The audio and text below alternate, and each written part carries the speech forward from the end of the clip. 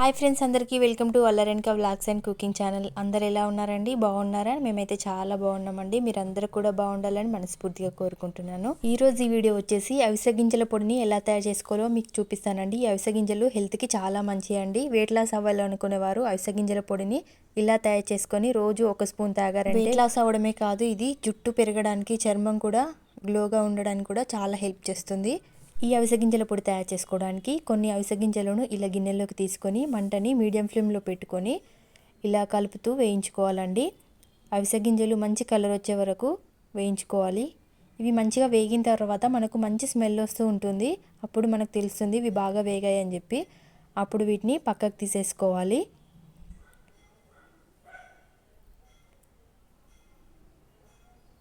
మంటని హై ఫ్లేమ్లో మాత్రం పెట్టొద్దు. అవిసె గింజలన్నీ మాడిపోయి పౌడర్ సరిగా రాదు.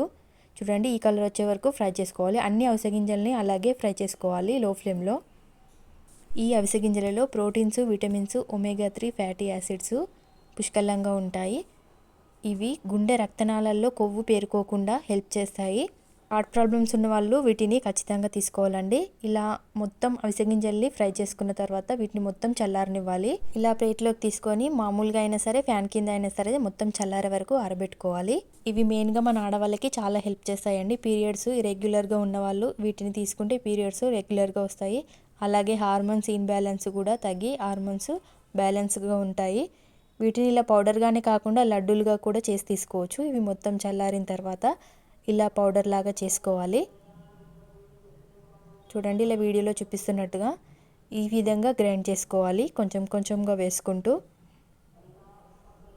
వీటిని ఇలా పౌడర్ చేసి పెట్టుకుంటే మనం కారపొడిలా అయినా యూజ్ చేసుకోవచ్చు. బెల్లం యూజ్ చేసి లడ్డూల్లా కూడా తయారు చేసి పెట్టుకోవచ్చు. మొత్తం అవిసె గింజల్ని ఇలా మిక్సీ జార్లో సగం వరకు తీసుకొని ఇలా మెత్తగా గ్రైండ్ చేసుకొని ఒక ప్లేట్లోకి తీసేసుకోవాలి.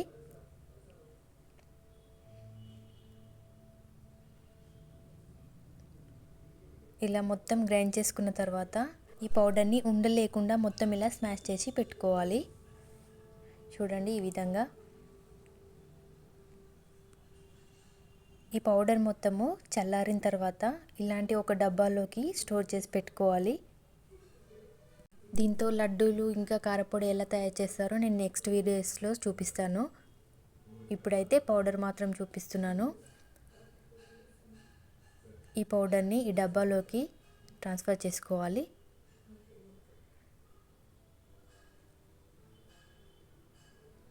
ఇలా మొత్తం వేసేసుకొని మూత పెట్టి మనం స్టోర్ చేసుకుంటే 3-4 మంత్స్ వరకు మనకు ఈ పౌడర్ అనేది పాడవకుండా ఉంటుంది. ఎన్ని డ్రింక్స్ తాగినా వెయిట్ తగ్గలేదని బాధపడే వారికి ఈ డ్రింక్ చాలా హెల్ప్ చేస్తుందండి. దీని రిజల్ట్ చాలా బాగుంది. మీరు కూడా ఒకసారి వాడి చూడండి, రిజల్ట్ ఖచ్చితంగా తెలుస్తుంది. ఇలా తయారు చేసుకున్న పౌడర్ని డైలీ ఒక స్పూను గోరువెచ్చటి నీళ్ళల్లో వేసి మొత్తం ఉండలు లేకుండా కలుపుకోవాలి. కలుపుకున్న తర్వాత దీన్ని మార్నింగ్ అయినా సరే, నైట్ అయినా సరే ఒక పూట మాత్రమే తాగాలి. 15 డేస్లో రిజల్ట్ ఖచ్చితంగా తెలుస్తుంది మీకు.